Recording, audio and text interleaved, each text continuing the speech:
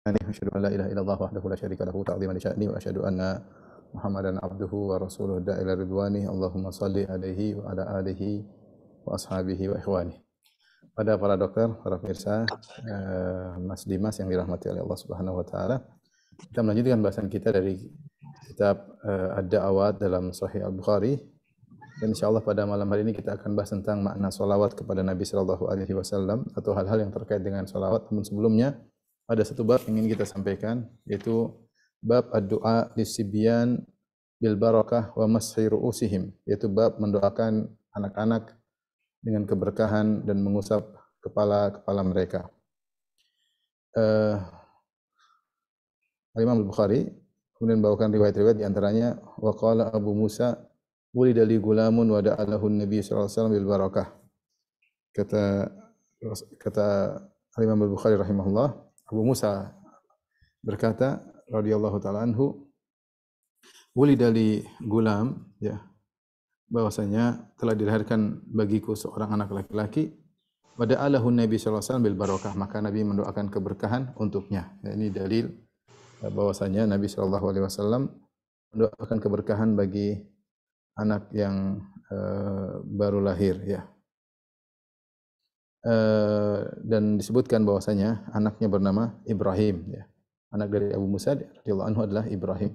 Kemudian Al-Imam Al-Bukhari membawakan hadis berikutnya.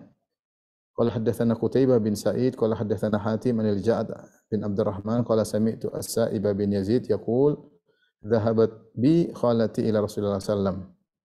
Kata Sa'ib bin Yazid bahwasanya bibiku membawa aku kepada Rasulullah sallam. Faqalat, kemudian berkata, ya Rasulullah, inna ibna ukhti waji'un, sungguhnya ponakanku ini, yaitu putra saudariku, sakit.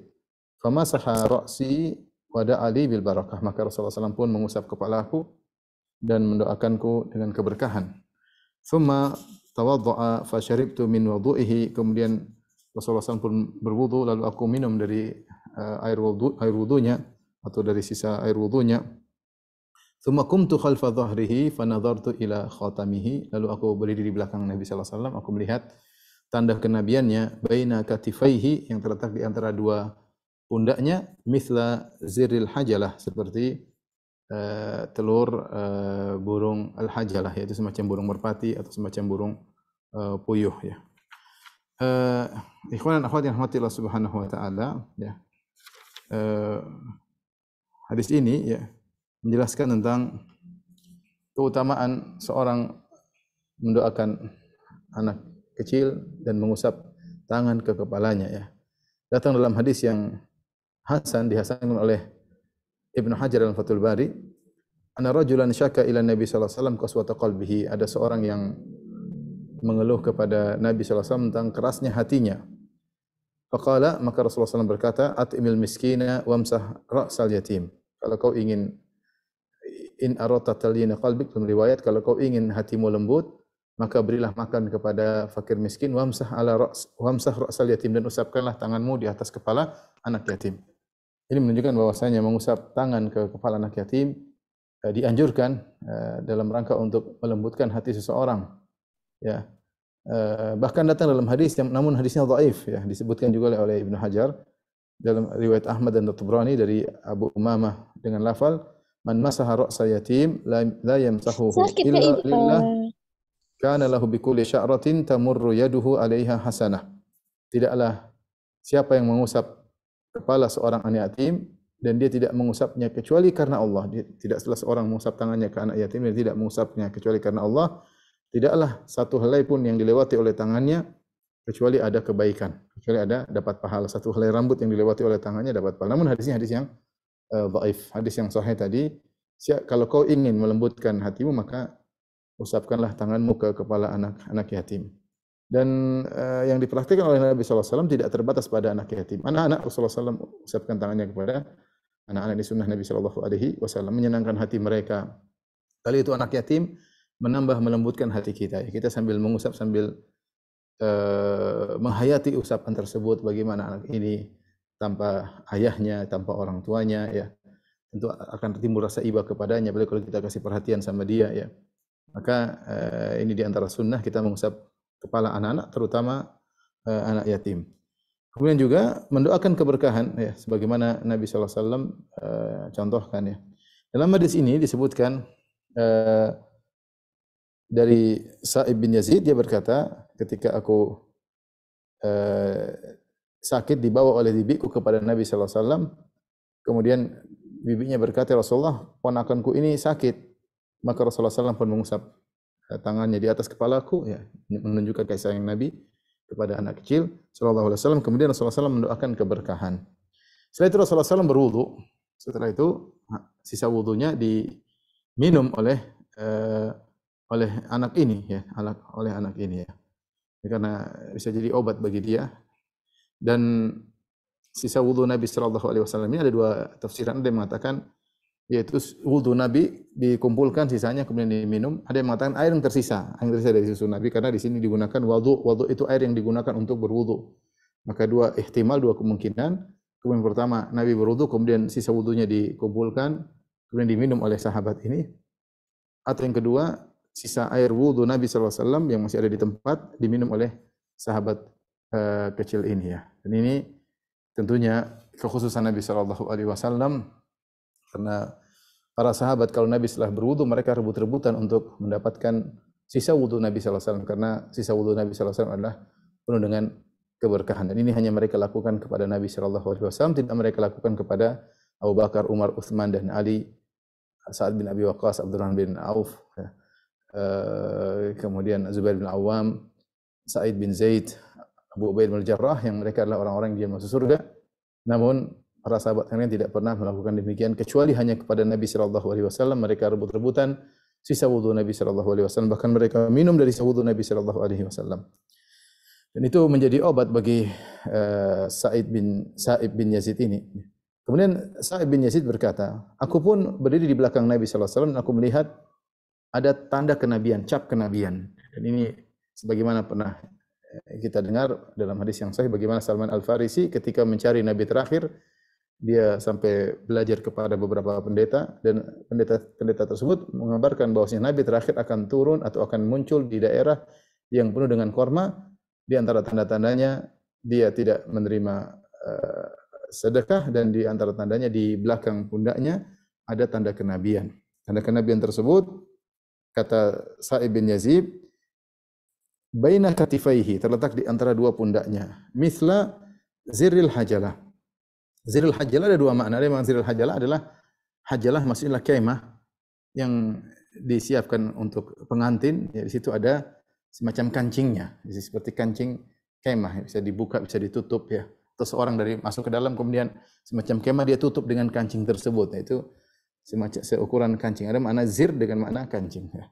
Ada yang mengatakan zir al-hajalah maksudnya seperti beld al-hajalah, seperti telur burung merpati atau telur burung puyuh. Kita tahu yaitu seperti seukuran telur burung, kemudian ada rambutnya di situ. Itulah ada rambut yang keluar, tanda kenabian yang Allah berikan kepada Nabi sallallahu alaihi wasallam agar dikenal oleh orang-orang ahlul kitab, karena telah datang dalam kitab suci mereka atau dalam berita mereka bahwasanya Nabi tersebut memiliki ciri-ciri, di antaranya memiliki tanda kenabian di antara dua pundaknya, dan semacam telur daging yang tumbuh, kemudian ada rambut-rambut di situ, ya. Intinya Nabi sallallahu alaihi wasallam mengusap kepala anak ini dan mendoakannya. Kemudian yang kedua, hadis berikutnya masih terkait dengan mengusap kepala anak-anak, ya. Al-Imam Bukhari berkata, qala hadatsana Abdullah bin Yusuf, qala hadatsana Ibnu Wahb, qala hadatsana Sa'id bin Abi Ayyub an Abi Uqail annahu kana yakhruju bihi jadduhu Abdullah bin Hisham min as-suq ila as-suq. Dari Abi Uqail, dia berkata kakeknya yaitu Abdullah bin Hisham mengajaknya min as-suq ila as-suq, yaitu masuk dari pintu pasar keluar pintu pasar, yaitu mengajak dia ke pasar. Ada yang mengartikan dari pasar yang satu ke pasar berikutnya, ada yang mengatakan dari masuk pintu pasar sampai kepada keluar pintu pasar, ya. Fa yashtari ta'ama, dan dia membeli makan, itu dia jual beli, dia beli misalnya bahan makanan pokok al-ghidaiyah, kemudian dia jual. Ini makanan dia jual, dia dapat untung. Fa yalqahu Ibnu Zubair wa Ibnu Umar, maka Abdullah bin Hisham ini ditemui oleh dua sahabat, yaitu Abdullah bin Zubair radhiyallahu anhu dan Ibnu Umar radhiyallahu anhuma. Abdullah bin Zubair radhiyallahu anhuma dan Ibnu Umar radhiyallahu anhuma. Abdullah bin Zubair anaknya Zubair bin Awam, Ibnu Umar anaknya Umar bin Khattab. Fayaqulan, dan kedua sahabat ini berkata, asyrikna, sertakanlah kami dalam jual beli tersebut. Itu kami ingin ikut investasi dalam jual beli makanan. Kemudian kau beli, kau jual, kau beli, kau jual, ya. Kenapa kata mereka? Fa inna Nabi sallallahu alaihi wasallam qad da'alaka bil barakah fayushrikuhu. Dalam riwayat fayushrikuhum. Maka Nabi sallallahu alaihi wasallam telah, kenapa? Karena Rasulullah SAW pernah mendoakanmu untuk mendapat keberkahan. Jadi dia waktu masih kecil, Abdullah bin Husham ini pernah dibawa oleh ibunya kepada Nabi sallallahu alaihi wasallam. Kemudian Nabi sallallahu alaihi wasallam mendoakannya dengan keberkahan. Hal ini diketahui oleh Ibnu Zubair dan Ibnu Umar, bahwasanya Rasulullah SAW mendoakan keberkahan. Artinya orang yang akan dimudahkan rezekinya oleh Allah Subhanahu wa taala karena didoakan oleh Nabi sallallahu alaihi wasallam. Maka ketika dia jual beli, dia beli jual, maka mereka berdua ingin dapat keberkahan juga, investasi. Maka mereka berkata, sungguhnya Nabi pernah mendoakan engkau, maka asyrikna, biarkanlah kami ikut serta dalam perdaganganmu. Fayushrikuhum, dalam riwayat fayushrikuhum, maka dia pun mengizinkan mereka atau mengizinkan salah satu di antara mereka untuk ikut serta dalam jual beli tersebut. Kemudian Ibnu Uqail berkata, farubbama asaba ar-rahilata kama hiya fayab'atsu biha ila al-manzil. Terkadang dia jual beli, dia untung dengan hamlah, yaitu hamlu ba'ir, yaitu sekali makanan sebanyak yang satu suketan onta. Terkadang dia kalau jual beli dapat untung banyak sampai suketan onta, kemudian dikirim ke rumahnya. Artinya ini dia mendapat keberkahan dari Nabi sallallahu alaihi wasallam sehingga dijual beli dapat keuntungan yang banyak. Ini dalil bahwasanya seorang boleh mencari rezeki Allah dalam rangka niat untuk mencari keberkahan dari Allah Subhanahu wa taala, jika diniatkan untuk akhirat. Diniatkan untuk akhirat, bukan sekedar untuk mengumpulkan dunia tanpa niat akhirat. Tapi kalau dia mencari harta untuk niat akhirat, maka itu dia mencari keberkahan dari Allah Subhanahu wa taala, ya, mencari keberkahan dari Allah Subhanahu wa taala. Sebagaimana kisah Nabi Ayub dalam hadis, ketika Nabi Ayub alaihissalam sembuh dari penyakitnya, maka Allah turunkan awan yang menuangkan emas dalam bentuk belalang, ya, kemudian emas, kemudian perak, kemudian Nabi Ayub mengumpulkan. Maka dalam riwayat Allah mengatakan, apakah tidak cukup wahai Ayub? Kata Ayub, aku tidak pernah merasa puas dari keberkahan darimu. Aku tidak pernah merasa puas dari keberkahan darimu. Itu Ayub alaihissalam menganggap rezeki dari Allah adalah keberkahan. Sehingga tidak bisa kita melarang seorang untuk tidak mencari harta, silahkan, tapi niatkan harta tersebut dicari untuk niat akhirat, orientasi akhirat, entah untuk kita haji, untuk umrah, untuk menafkahi anak istri, untuk berbakti kepada orang tua, untuk memberi makan kepada fakir miskin, untuk membantu tetangga, untuk membantu kawan, untuk dakwah, untuk macam-macam. Ini keberkahan dari Allah. Sebagaimana Ibnu Umar dan Ibnu Zubair, mereka ingin ikut dapat untung karena mereka tahu Rasulullah SAW telah mendoakan orang ini dengan keberkahan. Kemudian hadis berikutnya, qala haddatsana jadi hadis ini dalam riwayat tambahan, kan Abdullah bin Hisham atau bin Husham, kan Abdullah bin Hisham zahabat bihi ummuhu ila Nabi sallallahu alaihi wasallam famasa ra'sahu wa da'alahu bil barakah. Jadi ibunya waktu dia masih kecil, Abdullah bin Hisham ini, ibunya membawa dia kepada Nabi, kemudian Rasulullah SAW mengusap kepalanya dan mendoakan. Ini yang dijadikan dalil oleh Imam Al-Bukhari dalam bab ini, yaitu Nabi mengusap tangannya dan mendoakan dia, ya. Kemudian hadis berikutnya, qala haddatsana Abdul Aziz bin Abdullah qala haddatsana Ibrahim bin Sa'ad an Salih bin Kaisan an Ibnu Syihab qala akhbarani Mahmud ibn Rabi' wa huwa alladhi majja Rasulullah sallallahu alaihi wasallam fi wajhihi wa huwa gulamun min bi'rihim. Bahwasanya dari Ibnu Syihab Az-Zuhri, dia berkata, telah mengabarkan kepadaku Mahmud bin Rabi'. Mahmud bin Rabi' ini sahabat junior, dia masih kecil. Rasulullah SAW pernah majja Rasulullah SAW fi wajhihi wa huwa gulam min bi'rihim. Rasulullah mengambil air di sumur mereka. Kemudian Rasulullah SAW masuk dalam sumur, Rasulullah SAW semburin ke wajahnya. Ya, tentu karena ini keberkahan dari Nabi sallallahu alaihi wasallam. Tentunya ini spesifik untuk Nabi sallallahu alaihi wasallam. Kalau kita enggak begitu, karena kita jangan nyemburin muka anak orang. Tapi kalau Nabi sallallahu alaihi wasallam tidak jadi masalah. Karena Nabi sallallahu alaihi wasallam air liurnya berkah, sehingga Muhammad bin Rabi' tidak lupa bahwasanya ketika dia masih kecil Rasulullah SAW pernah menyemburkan air di wajahnya. Oleh karenanya Syekh Muhammad Shalih Al-Utsaimin rahimahullah ketika menyebutkan hadis ini, beliau menyebutkan bahwasanya anak kecil terkadang ingat apa yang dilakukan kepadanya ketika masih kecil. Bahkan anak umur 5 tahun, 6 tahun, 7 tahun. Ada masa-masa yang mereka tidak lupa. Ya, maka kita berusaha melakukan perbuatan-perbuatan yang baik kepada mereka sehingga mereka tidak lupa kebaikan tersebut ya. Dalam rangka untuk mendidik mereka ya. Ini sekedar cerita. Jadi ada seorang hafiz Quran ya. Hafiz Quran Masya Allah, bahkan dia juga juara lomba Quran. Dulu pernah sama saya masih kecil ya, cuma saya pernah jewer telinganya. Karena saya tegur dia ada kesalahan yang dia lakukan ya. Waktu dia masih kecil, subhanallah, ketika dia sudah besar, kemudian sudah kuliah, saya bahkan S2, kawan-kawan ada yang bertanya sama dia, Ustadz Fulan, kenal Ustadz Firana enggak? Oh kenal saya, dulu Ustadz dulu yang pernah jewer saya waktu saya masih kecil. Rupanya dia masih ingat. Mudah-mudahan jeweran itu membuat dia semakin semangat ketika masih kecil. Tapi subhanallah, anak-anak terkadang ada kondisi-kondisi yang terjadi pada mereka ingat meskipun mereka masih kecil. Seperti Mahmud bin Rabi, ketika masih kecil dia pernah disembur oleh Nabi SAW, wajahnya dengan air dari mulut Nabi SAW. Ya.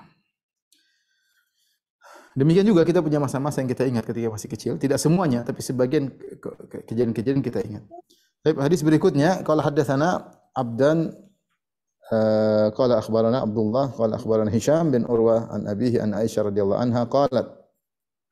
Dari Aisyah radhiyallahu anha beliau berkata, kana Nabi sallallahu alaihi wasallam yu'ta bis-sibyan fa yad'u lahum. Adalah para sahabat membawa anak-anak mereka kepada Nabi sallallahu alaihi wasallam dan Nabi mendoakan mereka. Fa utiya bisawiyyin fabala ala thawbihi. Maka suatu hari ada seorang anak dibawa kepada Nabi sallallahu alaihi wasallam, anak laki-laki. Fabala ala thawbi. Kemudian anak ini kencing di baju Nabi sallallahu alaihi wasallam. Dan Nabi sallallahu alaihi wasallam subhanallah dengan kelembutan tidak kemudian ambil. Rasulullah tenang aja. Sallallahu alaihi wasallam tenang. Fada abi ma'in. Kemudian sallallahu alaihi wasallam minta didatangkan air.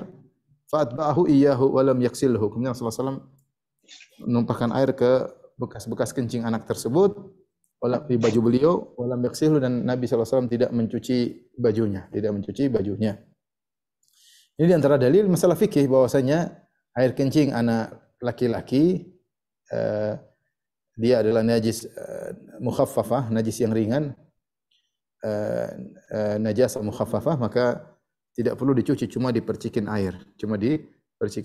Ini dengan syarat lam yakul ta'am, dia belum makan.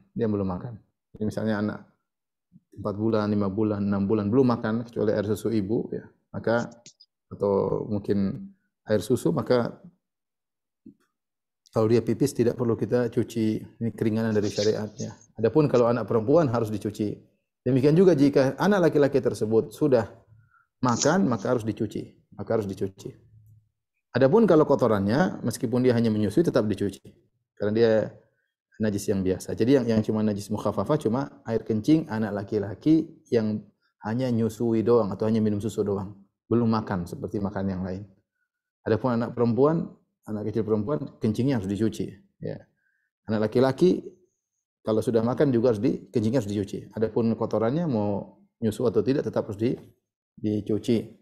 Dan ini Rasulullah SAW dengan kelembutannya tetap tenang, kemudian membersihkan bajunya tersebut dengan dipercikan air bekas-bekas kencing anak tersebut. Demikian juga misalnya kalau anak bayi masih kecil kemudian kencing di spray, kita percik-percik aja. Karena dia bukan najis yang berat ya. Kemudian hadis yang lain, Imam Bukhari berkata rahimahullah, qala hadatsana Abu Yaman qala akhbarana Syu'aib an Az-Zuhri qala akhbarani Abdullah bin Sa'labah bin Su'air wa kana Rasulullah sallallahu alaihi wasallam qad masaha anhu ya. Ini annahu ra'a Sa'ad bin Abi Waqqas yutiru bi raq'ah. Dari Abdullah bin Sa'labah bin Su'air, waktu Rasulullah SAW pernah mengusap kepalanya. Ya, Rasulullah pernah mengusap kepalanya. Dia pernah melihat Sa'ad bin Abi Waqqas ya, salat Isya kemudian witir 1 rakaat.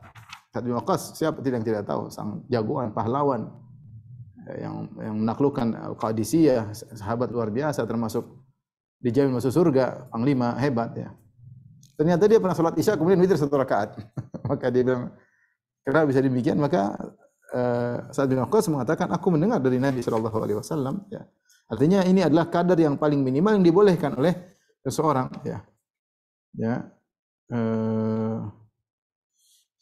Boleh dilakukan oleh seorang habis salat Isya, kemudian dia salat satu rakaat, ya. Di sini ada khilaf dengan para ulama. Sebagian ulama mengatakan satu rakaat boleh salat witir, sebagian ulama mengatakan minimal 3 rakaat. Tapi yang benar satu rakaat juga boleh.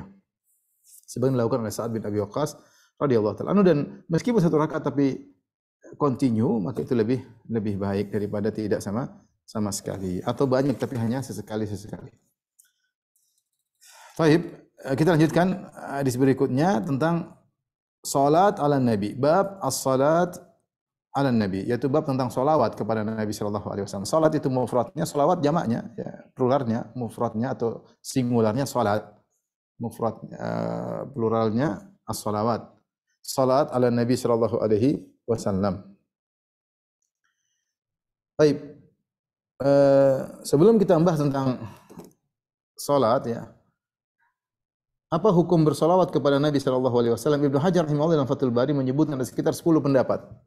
Karena Allah perintahkan untuk bersalawat. Allah mengatakan, innallaha malaikatahu yusholluna 'alan nabi ya ayyuhalladzina amanu shallu 'alaihi wa sallimu taslima.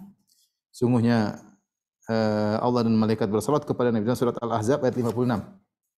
Ya ayyuhalladzina amanu shallu alaihi wa sallimu taslima. Wahai orang yang beriman, bersalawatlah kepada Nabi sallallahu alaihi wasallam dan bersalamlah kepada Nabi sallallahu alaihi wasallam. Dari situ para ulama khilaf tentang hukum bersalawat kepada Nabi sallallahu alaihi wasallam. Ada sekitar 10 pendapat, saya ringkaskan di sini.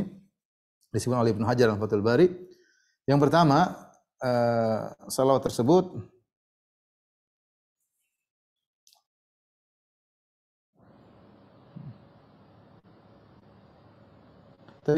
hukumnya sunnah. Ini pendapat pertama. Hukumnya adalah sunnah, tidak wajib. Ya. Tidak wajib. Ya. Ini pendapat Ibnu Jarir At-Tabari, Imamul Mufassirin, imamnya para ahli tafsir yang punya tafsir At-Tabari yang ma'ruf.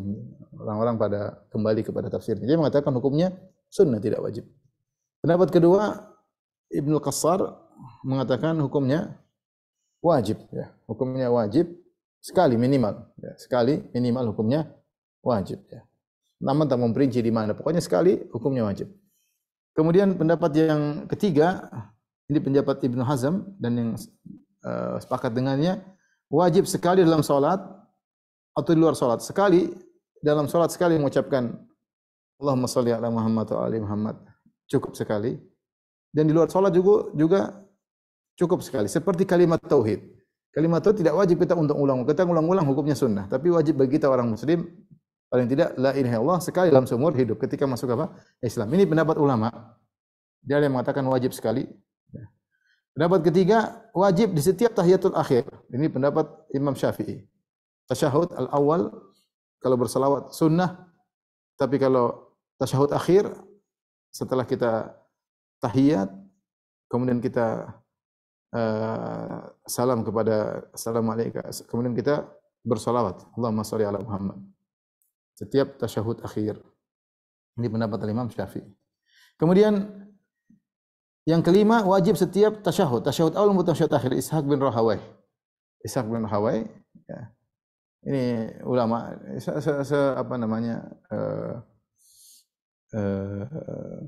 sezaman dengan Imam Ahmad, ya, dengan Imam Bukhari, ya. Ishaq bin Rahawai, ya, dia mengatakan wajib setiap tasyahud awal dan akhir baca salawat. Kemudian yang keenam, wajib dalam salat tanpa menentukan tempatnya. Pokoknya dalam salat wajib, tidak harus awal dan akhir. Pokoknya wajib dalam salat. Ini Abu Ja'far Al-Baqir. Ya. Kemudian yang ketujuh, wajib berbanyak tanpa jumlah tertentu. Abu Bakar bin Bukair dia mengatakan wajib. Salawat hukumnya wajib banyak-banyak. Wajib kita bersering salawat, tapi berapa jumlahnya tidak ditentukan. Yang penting banyak bersalawat. Yang kedelapan, wajib setiap kali disebut Nabi sallallahu alaihi wasallam. Setiap disebut nama Nabi kita bilang sallallahu alaihi wasallam atau Allahumma shalli alaihi. Allahumma shalli alaihi. Dan ini dalam hadis al-bakhil man dzukirtu indahu wa lam yusalli alayya.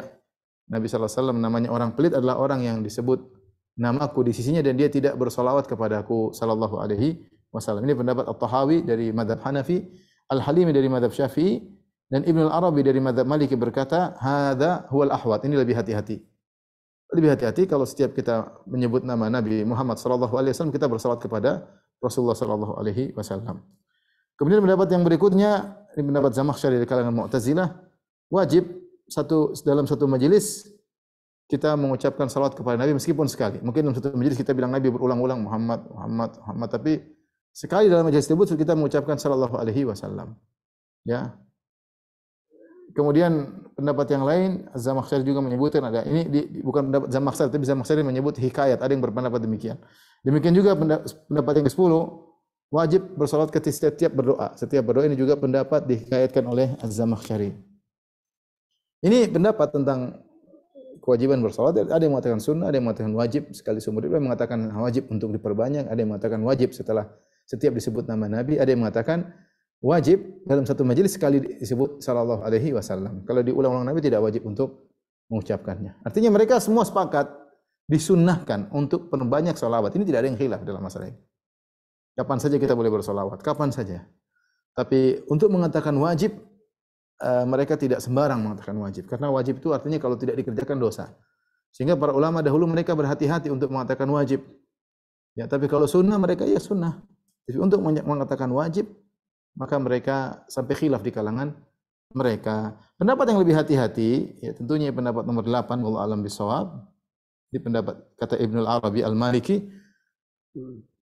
al-ahwat yang paling hati-hati adalah setiap disebut nama Nabi kita bersalawat. Ini pendapat At-Tahawi dari mazhab Hanafi, Al-Halimi At-Tahawi dari mazhab Hanafi, Al-Halimi dari mazhab Syafi'i, dan Ibnu Al-Arabi dari mazhab Maliki. Ini pendapat yang lebih hati-hati agar kita lebih selamat. Baik. Apa makna salawat kepada Nabi sallallahu alaihi wasallam? Makna salawat kepada Nabi sallallahu alaihi wasallam. Allah berfirman dalam surat Al-Ahzab, "Innallaha wa malaikatahu yusholluna 'alan nabi, ya ayyuhalladzina amanu shallu 'alaihi wa sallimu taslima." Sungguhnya Allah bersolawat kepada Allah dan malaikat bersolawat kepada Nabi sallallahu alaihi wasallam. Wahai orang yang beriman, ya ayyuhalladzina amanu, Allah saja bersalawat, Nabi pun malaikat pun bersalawat kepada Nabi. Wahai orang yang beriman, sallu alaihi, salawatlah kepada Nabi, wa sallimu taslima, dan bersalamlah kepada Nabi sallallahu alaihi wasallam. Apa maknanya?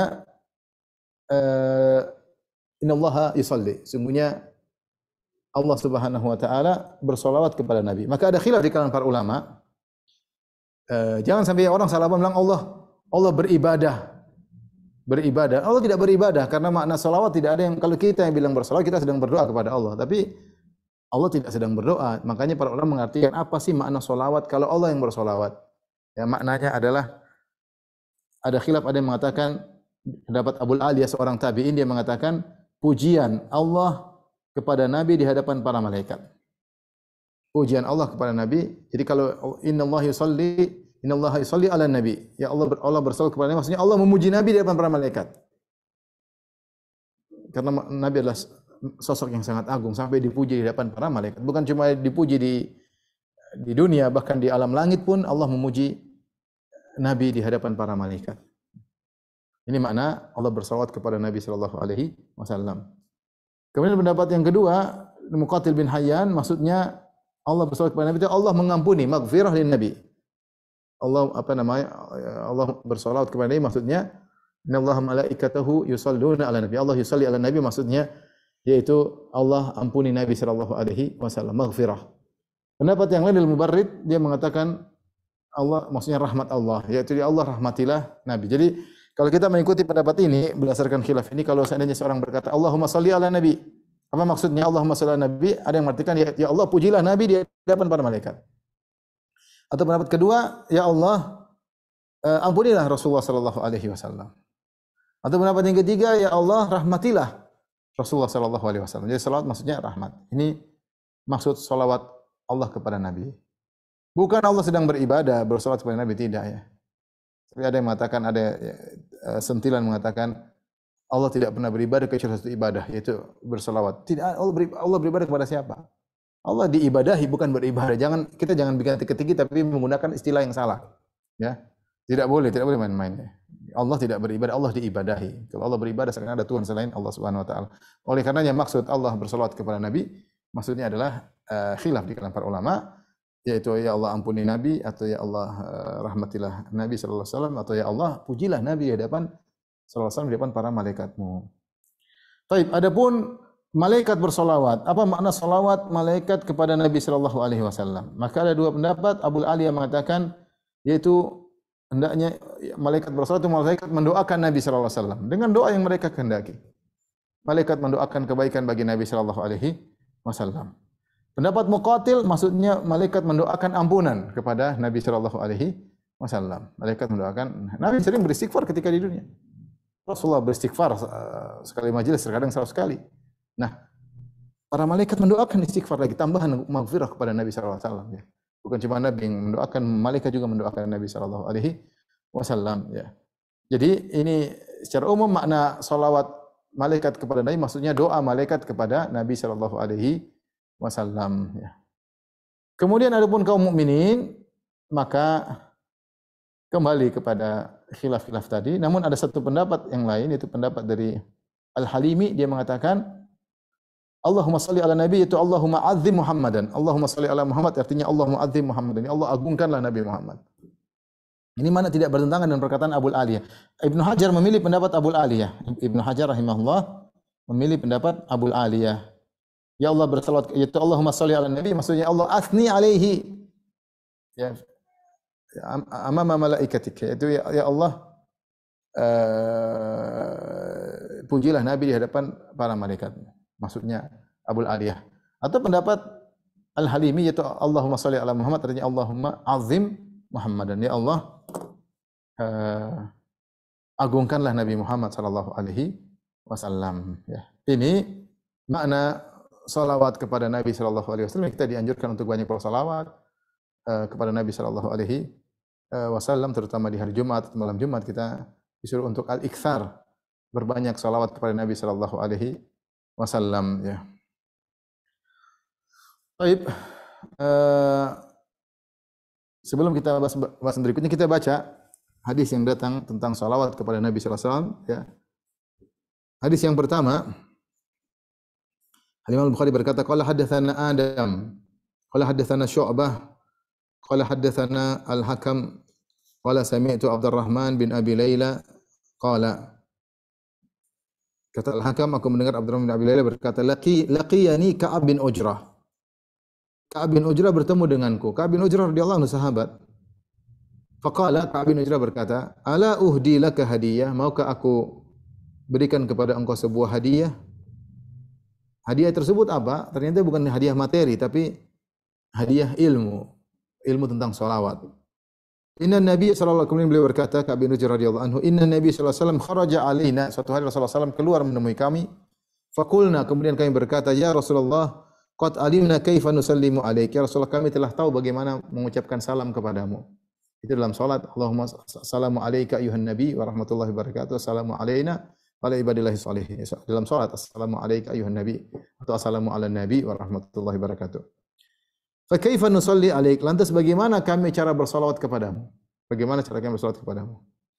Qala qulu, maka Nabi berkata, qulu, ucapkanlah, Allahumma salli ala Muhammad wa ala ali Muhammad. Ya Allah, bersalawatlah kepada Muhammad dan kepada keluarga Muhammad. Kama sallaita ala Ibrahim, dan bersalawatlah sebagaimana engkau bersalawat kepada keluarga Ibrahim. Innaka Hamidum Majid. Sungguhnya engkau adalah yang terpuji dan yang agung. Allahumma barik ala Muhammad wa ala ali Muhammad. Ya Allah, berkahilah Muhammad dan keluarga Muhammad. Kama barakta ala ali Ibrahim, sebagaimana engkau berkahi keluarga Ibrahim. Innaka Hamidum Majid. Sungguhnya engkau maha terpuji dan maha agung ya. Hadis ini lihat, Ka'ab bin Ujrah ingin memberi hadiah. Jadi mereka menganggap bahwasanya ilmu adalah sesuatu yang sangat istimewa.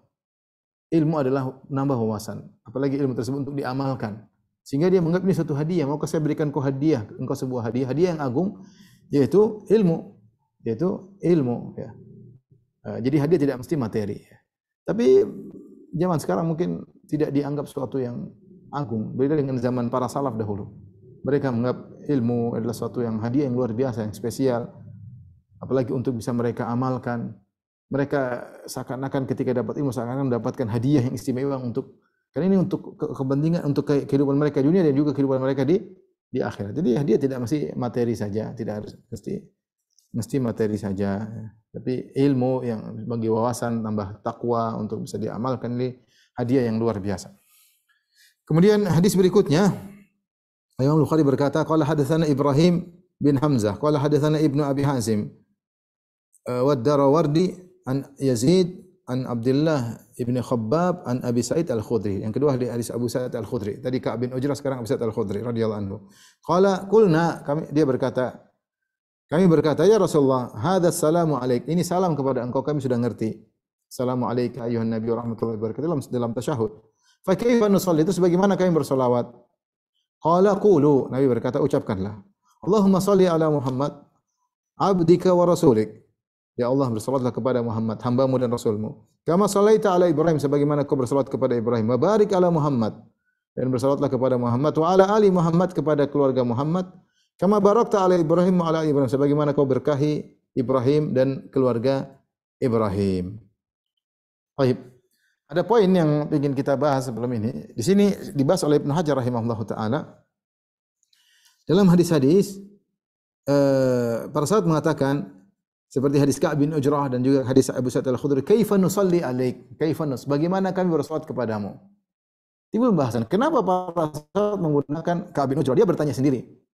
Kemudian juga dalam hadis yang lain Abu Sa'id Al-Khudri juga bertanya dengan pertanyaan yang sama. Artinya mereka ingin mengamalkan firman Allah, ya ayyuhalladzina amanu shallu alaihi, wahai orang beriman bersalawatlah kepada Nabi. Tapi ketika mereka bertanya, mereka menggunakan kata ganti jamak, kami. Kata ganti orang pertama jamak. Nahnu, yaitu kaifa bagaimana kami bersalat kepada Anda.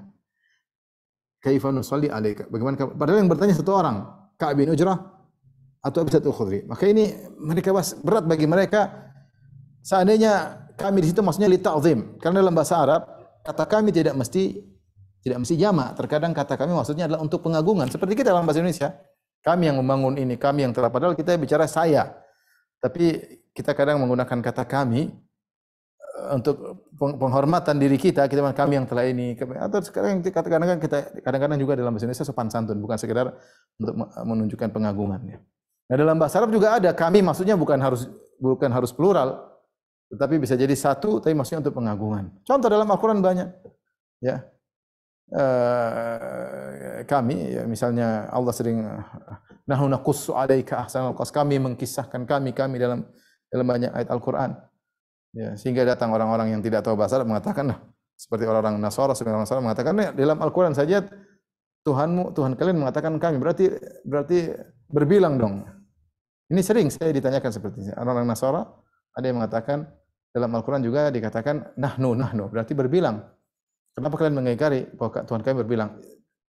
Jawaban kita yang pertama, secara tidak langsung kalian mengakui Tuhan kalian berbilang. Adapun kami tidak, Tuhan kami esa.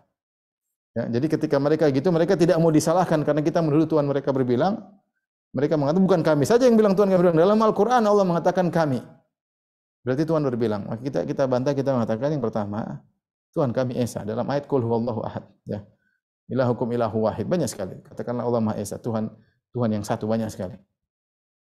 Ini yang pertama. Yang kedua, dalam bahasa Arab kami tidak mesti berbilang, tidak mesti bilang. Terkadang kami maksudnya adalah pengagungan. Seperti kum juga tidak harus berbilang, ya.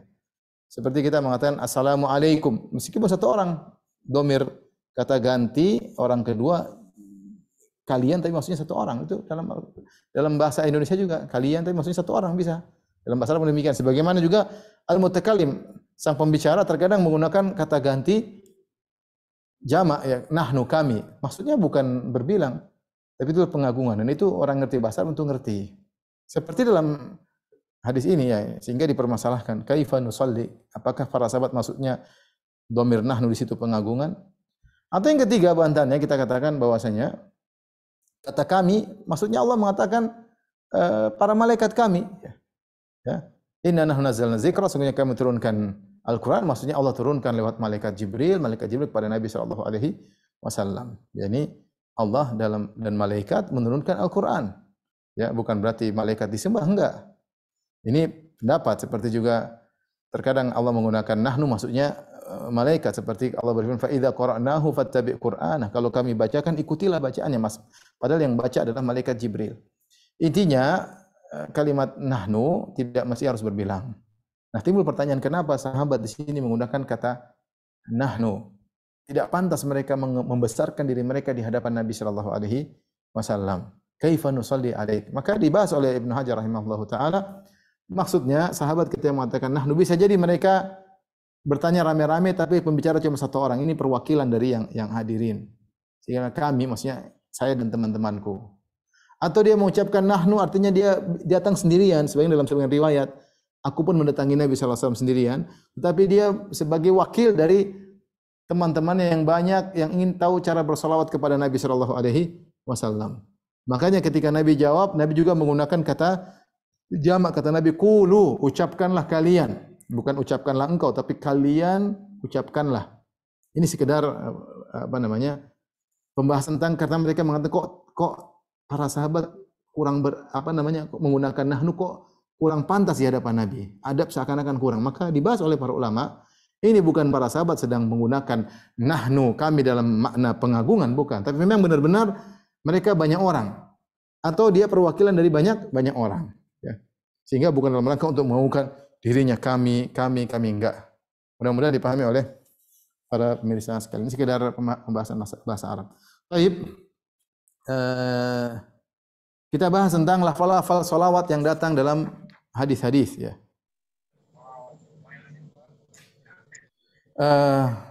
Datang dalam hadis-hadis ada beberapa lafal, berbagai macam lafal ya. Seperti dalam sebagian riwayat, ini riwayat pertama.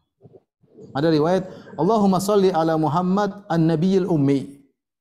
Ada tambahan seperti itu. Kalau di sini kan dalam hadis yang kita baca dalam Sahih Bukhari Allahumma shalli ala Muhammad wa ala ali Muhammad. Tetapi dalam sebagian riwayat Allahumma shalli ala Muhammad an-nabiyil ummi. Ya Allah, selawatlah kepada Muhammad, nabi yang tidak bisa baca dan tidak bisa tulis. Ini tidak baca, tidak bisa tulis itu kalau bagi orang lain cercaan, tapi bagi Nabi adalah kemuliaan. Kenapa? Karena untuk menunjukkan mukjizat Al-Quran. Nabi tidak baca, tidak bisa tulis, tapi Al-Quran turun kepadanya untuk agar orang tahu Al-Quran bukan karangan Muhammad sallallahu alaihi wasallam. Ya, jadi tetap sifat al-ummi melekat pada Nabi. Dan yang benar sampai Nabi meninggal Nabi tidak bisa baca dan tidak bisa tulis. Karena kapan bisa Nabi bisa baca bisa tulis? Idzan lartabal mubtilun. Kata Allah kalau gitu orang-orang ahli batil akan meragukanmu. Jangan-jangan kau baca buku-buku orang-orang Yahudi, Taurat, Injil, kemudian kau ngarang karena kisah-kisahnya ada kisah nabi-nabi yang sama. Oleh karenanya Nabi ketika kita bersolat Allahumma shalli ala Muhammad an-nabiyil ummi, ya Allah bersolat kepada Nabi Muhammad yang tidak bisa baca, tidak bisa tulis, maksudnya ini pujian bagi Nabi sallallahu alaihi wasallam. Yang itu adalah cercaan bagi orang lain, tapi bagi Nabi adalah pujian. Makanya Nabi sallallahu alaihi wasallam menyuruh orang-orang untuk belajar ya. Dan Allah sendiri mengatakan Iqra, surat pertama Iqra, bacalah. Dan Nabi mengatakan ana biqari, kata Nabi aku tidak bisa baca. Untuk selain Nabi suruh baca ya, suruh baca. Bahkan ketika banyak tawanan di dalam perang Badar, maka untuk bisa dibebaskan mereka disuruh ngajar anak-anak kaum Ansar belajar baca dan tulis. Jadi artinya memang Islam menganjurkan untuk baca, kecuali Nabi sallallahu alaihi wasallam maka beliau tidak bisa baca, tidak bisa tulis karena untuk menunjukkan keajaiban atau mukjizatnya Al-Qur'an. Tapi dalam riwayat yang lain ini semua disebut oleh Ibnu Hajar dalam Fathul Bari. Ada juga lafal Allah dan ini dalam hadis Abu Sa'id Al-Khudri. Allahumma shalli ala Muhammad abdika wa rasulik. Ini juga pujian. Ya Allah, bersalawat kepada Muhammad hambamu dan rasulmu. Rasulullah dipuji sebagai hamba, Rasulullah SAW dipuji sebagai rasul. Dia dipuji sebagai hamba karena dia rajin, sangat kuat beribadah dan tidak pantas disembah, dan dia adalah seorang rasul yang perkataan tidak mungkin salah. Ya. Kemudian dalam sebagian riwayat ada tambahan Allahumma shalli ala Muhammad wa azwajihi wa dzurriyyatihi. Ya Allah bersalawat kepada Muhammad, bersalawatlah kepada Muhammad, istri-istrinya dan kepada keturunannya. Ada tambahan. Demikian juga dalam sebagian riwayat Allahumma shalli ala Muhammad an-nabi wa azwajihi, kepada istri-istrinya, ummahatil mukminin yaitu para ummahatul mukminin, wa dzurriyyati kepada keturunannya, wa ahli baitihi, ada tambahan wa ahli baitihi. Ini semua datang dalam hadis-hadis. Kemudian datang riwayat juga Allahumma shalli ala Muhammad tanpa Ali Muhammad, seperti dalam hadis yang kita bawakan dalam Sahih Bukhari. Allahumma shalli ala Muhammad, tidak ada wa ala ali Muhammad. Ada riwayat wa ala ali Muhammad, ada riwayat Allahumma shalli ala Muhammad tanpa Ali Muhammad. Kemudian dalam riwayat fil alamina innaka hamidum majid. Ada innaka hamidum majid dalam sebagian riwayat ada tambahan fil alamina. Itu di al alamin manusia dan jin innaka hamidum majid, sungguhnya engkau maha terpuji lagi maha agung. Nah, ini salawat-salawat ini bagaimana cara kita, ini ada tambahan-tambahan jadi dalam berbagai riwayat. Maka ada dua madhab menghadapi berbagai macam riwayat salawat yang datang dari Nabi sallallahu alaihi wasallam. Madhab pertama adalah boleh digabungkan. Ini madhabnya Imam Nawawi rahimahullah.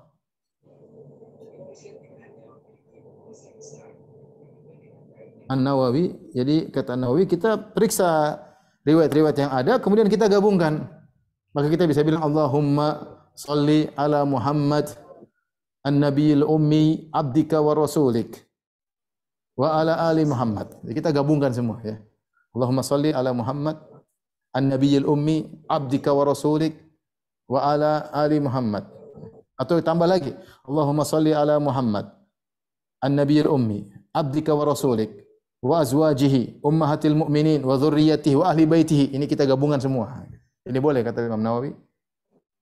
Kita gabungkan lafal-lafal yang ada sehingga salawat kita lengkap.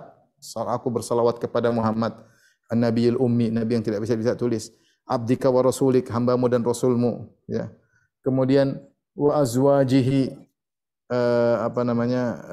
istri-istrinya, wa dzurriyyatihi, keturunannya, wa ahli baitihi, dan ahlul baitnya. Ini bisa digabungkan. Ini pendapat An-Nawawi, boleh digabungkan. Pendapat yang kedua tidak boleh, yaitu pilih salah satu. Ini pendapat dari Al-Isnawi dari mazhab Syafi'i dan juga seakan-akan sebelum dari Ibnu Qayyim rahimahullahu taala. Mereka mengatakan Nabi tidak pernah mengucapkan salawat dengan seluruh lafal ini sekaligus. Tapi Nabi ada yang datang Rasulullah contohkan begini, ada yang datang Rasulullah contohkan begini, sehingga kita sebut salah satunya. Ini di antara variasi dalam beribadah, sehingga kita boleh bersalawat dengan salah satunya. Perkaranya insyaallah lapang ya. Kita bersalawat dengan salah satu boleh, kita gabungkan juga boleh. Ini pendapat Imam Nawawi rahimahullahu taala.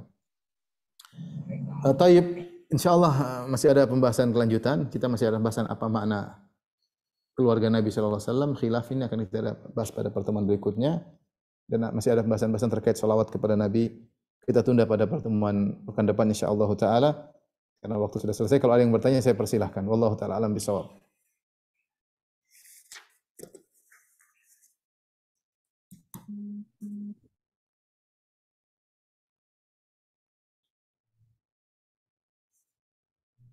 Jazakallah khair Ustadz atas kajiannya dan ilmunya, Masya Allah.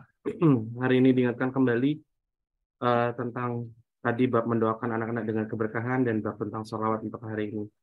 Ustadz, izin kita masuk ke sesi diskusi. Ada beberapa pertanyaan yang sudah masuk dari sahabat-sahabat kita. Yang pertama adalah dari Hendra Suryanto dan Yuni Ayu. Assalamualaikum Ustadz. Izin bertanya, apakah setiap sujud kita berdoa, apakah harus disertai dengan sholawat? Dan lebih detailnya lagi, setiap sujud atau sebelum salam selain memuji nama Allah, apakah harus diawali dengan memuji Rasulullah dengan bersholawat? Itu pertanyaan. Yang kedua apa? Yang kedua kenapa?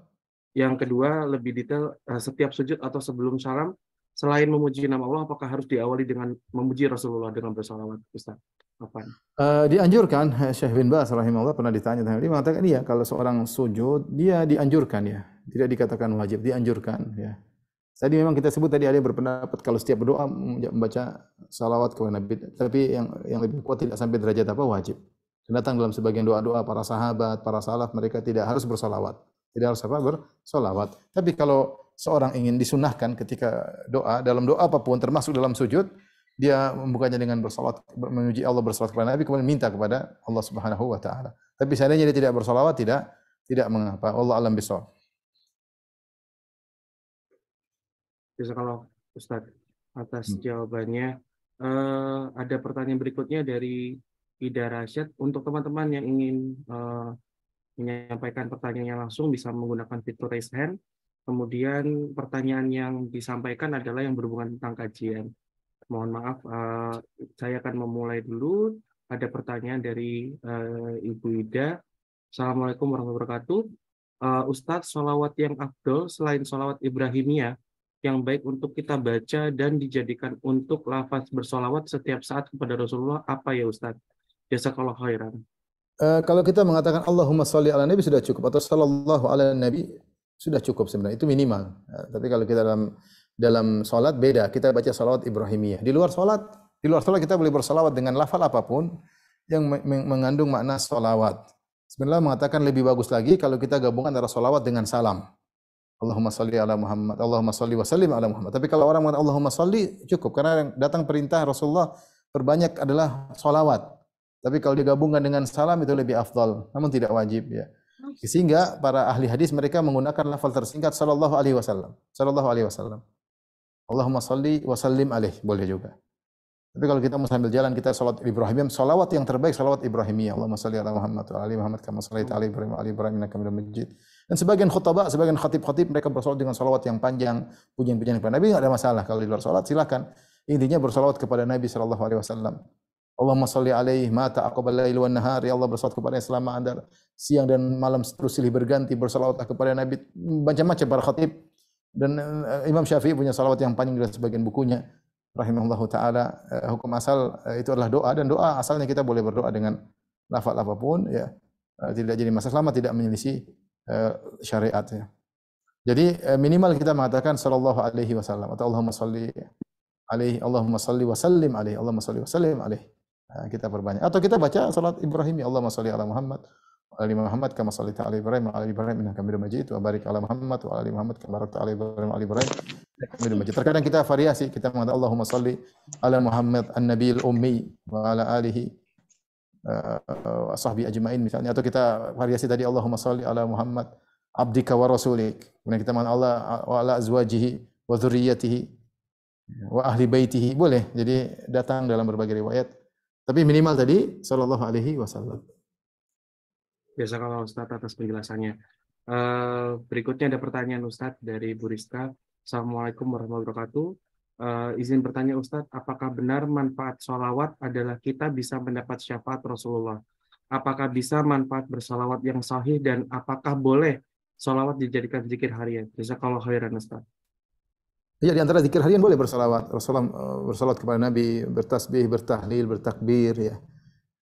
Salawat artinya kita kan mendoakan Nabi sallallahu alaihi wasallam, minta agar Allah Subhanahu wa taala selalu menyanjung nabinya di hadapan para malaikat. Jadi kita dianjurkan untuk sering bersalawat, sering berdoa, sebagian zikir yang lain. Tapi di sana ada salat-salat yang ditekankan waktu-waktunya seperti ketika tasyahud kita baca, seperti hari Jumat, malam Jumat, seperti ketika disebut nama Nabi sallallahu alaihi wasallam. Ya, ini ditekankan untuk baca salawat.